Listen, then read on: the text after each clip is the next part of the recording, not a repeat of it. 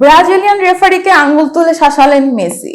ম্যাচের 33 মিনিটে বাজে একটি ফাউলের জন্য হলুদ কার্ড দেখেন প্যারাগুয়ে ডিফেন্ডার ওমর আলদেরাতে, কিন্তু ভুল থেকে শিক্ষা নেননি। ঠিক 4 মিনিট পর আবারও ফাউল, এবার তার শিকার লিওনেল মেসি। আর্জেন্টিনার খেলোয়াড়দের জোরালো দাবির মুখেও আলদেরাতে দ্বিতীয় হলুদ কার্ড দেননি ব্রাজিলিয়ান রেফারি অ্যান্ডারসন দারোস্কো। ব্যাপারটা মোটেই ভালো লাগেনি মেসির। বিরতির সময় মাঠেই রাগ ঝেড়েছেন। এরপর সংবাদ সম্মেলনে রেফারিকে অন্যভাবে কাঠগড়ায় তুলেছেন আর্জেন্টিনান কোচ লিওনেল স্কলোনি। দারোস্কোকে সরাসরি কিছুই বলেননি স্কলোনি। আর্জেন্টিনার সংবাদ মাধ্যমে টিওয়াইসি স্পোর্টস জানিয়েছে, সংবাদ সম্মেলনে রেফারিং নিয়ে জানতে চাওয়া হয়েছিল তার কাছে। স্কলোনি যা বলেন তা সরাসরি অভিযোগ তোলার চেয়ে কম নয়।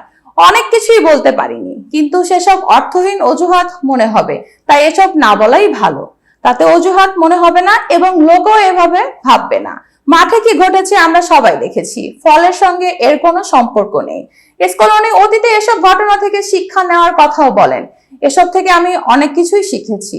কোনো কিছু সঠিক প্রমাণ করতে এসব অজুহাতের মতো শোনায় এবং লোকে অন্যভাবে দেখে, তাই এসব পেছনে ফেলে আসাই ভালো। এতক্ষণ বার্তা বৈঠকের সাথে থাকার জন্য ধন্যবাদ। নতুন নতুন তথ্য ও সংবাদ পেতে বার্তা বৈঠকের ইউটিউব চ্যানেল ও ফেসবুক পেজের সাথেই থাকুন।